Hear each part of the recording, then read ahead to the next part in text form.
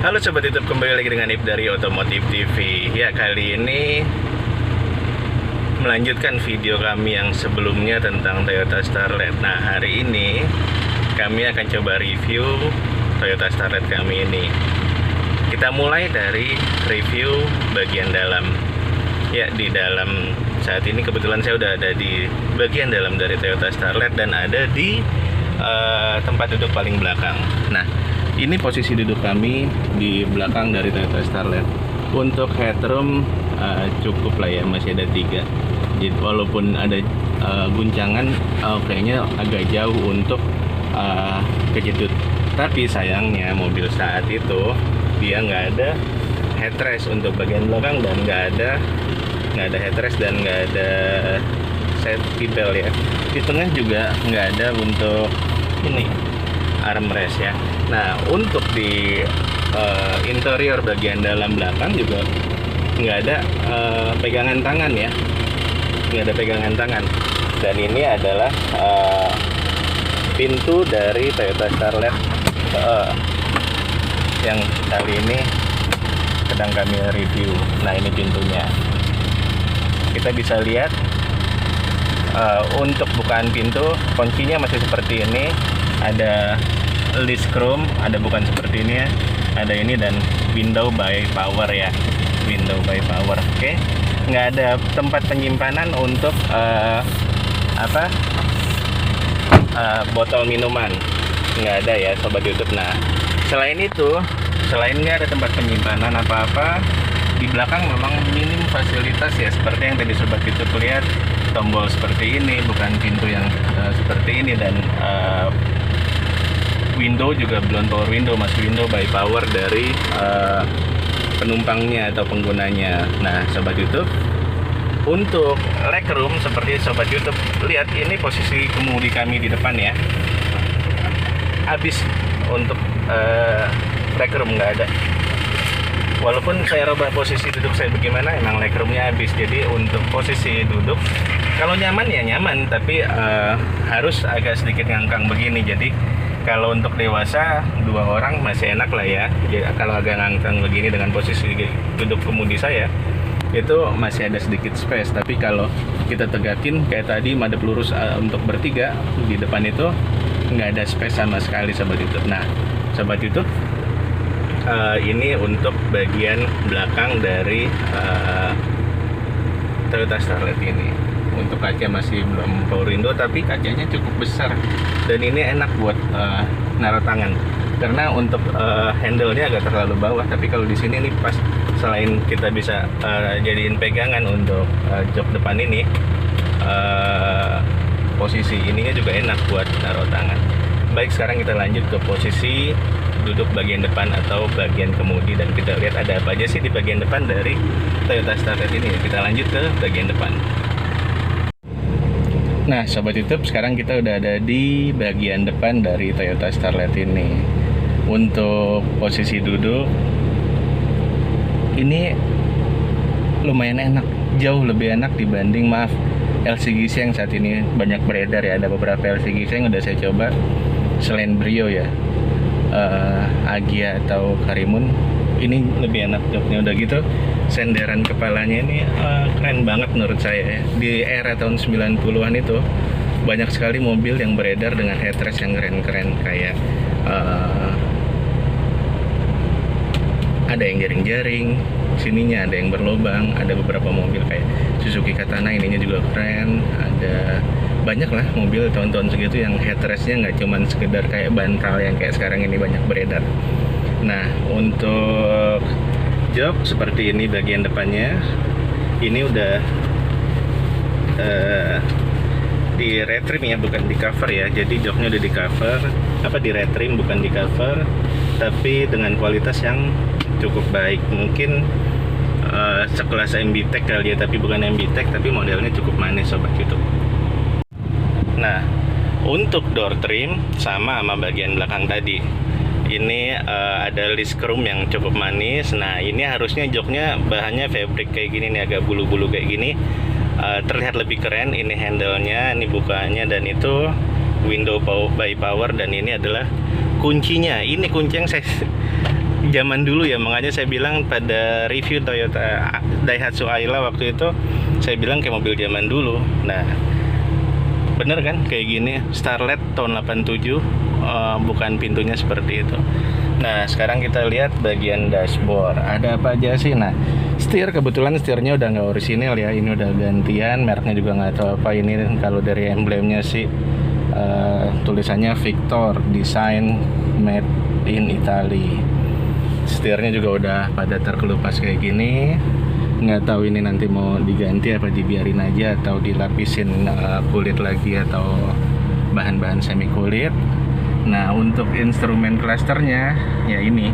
Di sini bisa kita lihat ada temperatur, lalu ada ini logo aki, ini logo oli dan logo aki, ini logo aki, rem tangan sama oli ya.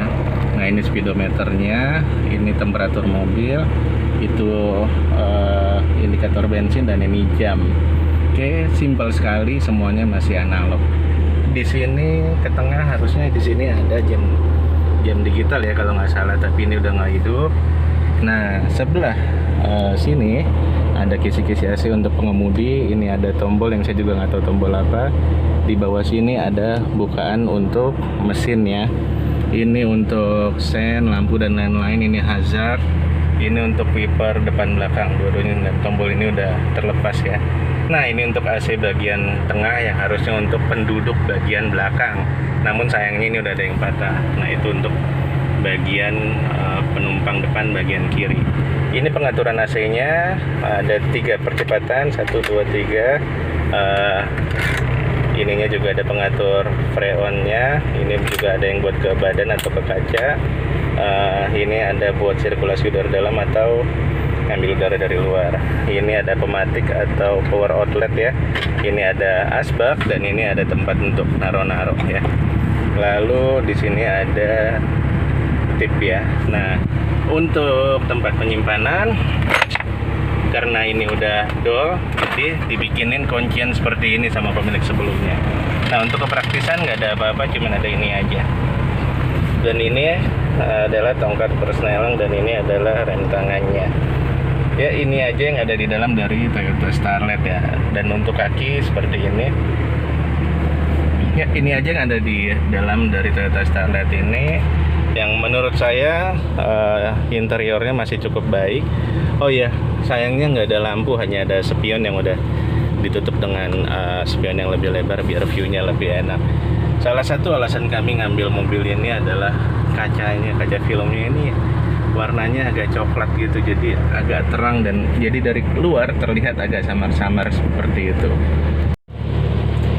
Kalau zaman dulu waktu masih zaman saya kuliah, kaca film coklat gini biasanya digunakan untuk Mercedes-Benz, untuk Peugeot ya, atau Peugeot atau Peugeot atau apapun itu. Kalau dari luar jadi pengemudi terlihat samar-samar, jadi kelihatannya kayaknya ganteng aja orang yang di dalam kalau kaca filmnya seperti ini. Nah, tadi kita udah bahas interior dari Toyota Starlet ini. Sekarang kita lihat eksterior dari Toyota Starlet ini. Yuk kita lanjut ke bagian eksterior. Baik sobat YouTube, ini adalah penampakan bagian luar dari Toyota Starlet yang baru saja kami ambil.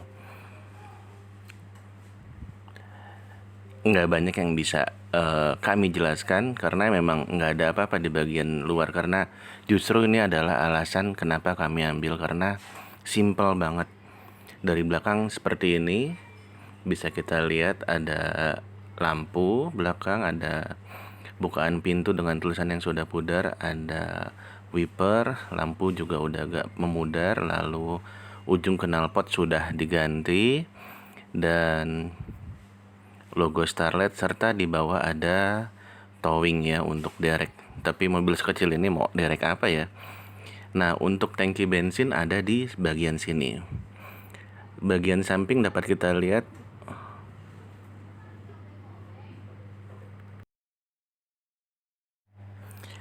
ya sobat YouTube, ini adalah bagian sampingnya. Dapat kita lihat ada list berwarna hitam dan ini bukaan pintu yang masih model cungkil ya, lalu ada sirip berwarna hitam.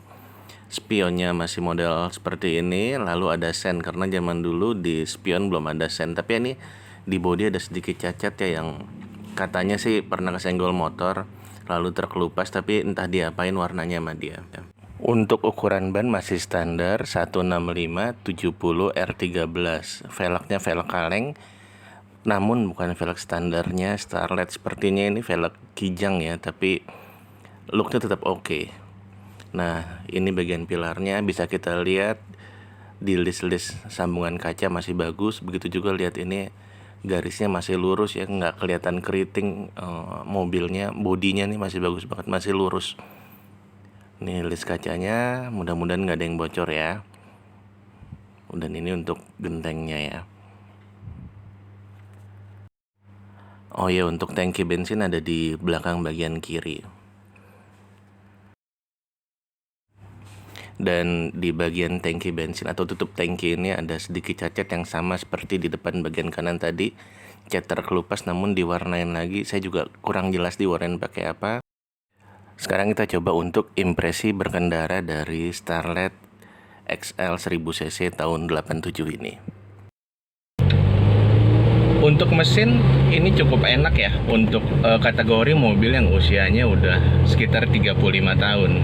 Tapi tarikan ini cukup responsif untuk mobil dengan usia segini. Tarikan responsif, rem juga enak, tapi ya namanya mobil yang udah agak lama ya. Dulu mungkin kenyamanan belum terlalu difikirkan. Nah, untuk kekedapan emang agak kurang ya dibanding mobil-mobil baru. Sekarang kekedapannya jauh lebih baik. Namun kalau untuk mesin, saya berani bandingkan dengan Daihatsu Ayla yang beberapa waktu lalu pernah kami review juga di tayangan kami sebelumnya. Untuk mesin jauh lebih enak Starlet. Untuk posisi duduk dan kenyamanan di dalam kabin juga memang tetap lebih enak Starlet. Mungkin saya pikir karena Starlet ini dibuat memang bukan untuk mobil LCGC atau mobil murah. Walaupun kalau kita ingat pada saat itu Starlet itu emang mobil trim terendah dari Toyota. Karena saat itu selain Starlet, ya kalau Kijang pasti ada ya. Ada Kijang, ada Starlet, cuman saya kurang tahu mana yang lebih murah saat itu antara Kijang ataupun Starlet. Di atas Starlet ada Corolla. Awal-awalnya ada Corolla SE ya, sebelum jadi Twin Cam. Di atas Twin Cam waktu itu, walaupun harganya saat ini lebih mahal Twin Cam, ada Corona Exalon. Di atas Corona Exalon ada Crown ya, ada Cressida, ada Crown. Jadi Starlet ini kalau nggak salah emang mobil termurah dari Toyota pada saat itu. Namun dibanding dengan LCGC yang kemarin ini saya coba atau Daihatsu Ayla, Starlet ini jauh lebih enak, lebih nyaman daripada Daihatsu Ayla. Untuk pengereman cukup, saya nggak katakan baik tapi cukup, karena untuk mengingat ini mobil kecil dengan tenaga kecil, jadi cukup. Jadi untuk mesin, untuk impresi berkendara, saya cukup puas dengan mobil yang usianya sudah 35 tahun ini. Nah, Sobat YouTube, jadi untuk Anda yang mungkin saat ini ada rencana untuk nyari mobil dengan budget yang agak rendah, sekitar kurang lebih 30 juta, tapi dalam keadaan bahan yang nggak bagus-bagus amat, pasti harus ada yang diperbaiki, entah itu bodi, mesin, atau interior.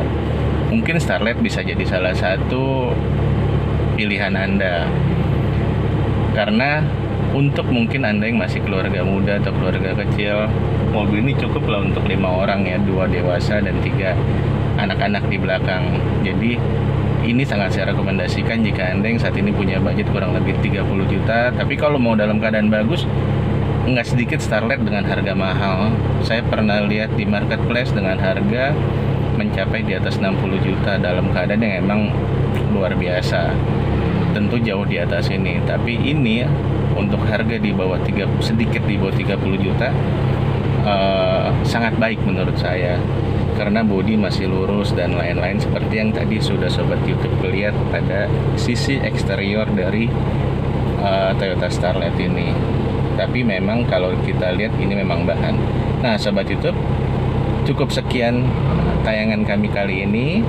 Jangan lupa klik like, subscribe, dan di-share video kami ke seluruh media Anda agar semakin banyak orang tahu tentang channel kami ini. Terima kasih telah menyaksikan dan sampai jumpa pada tayangan kami selanjutnya. Bye!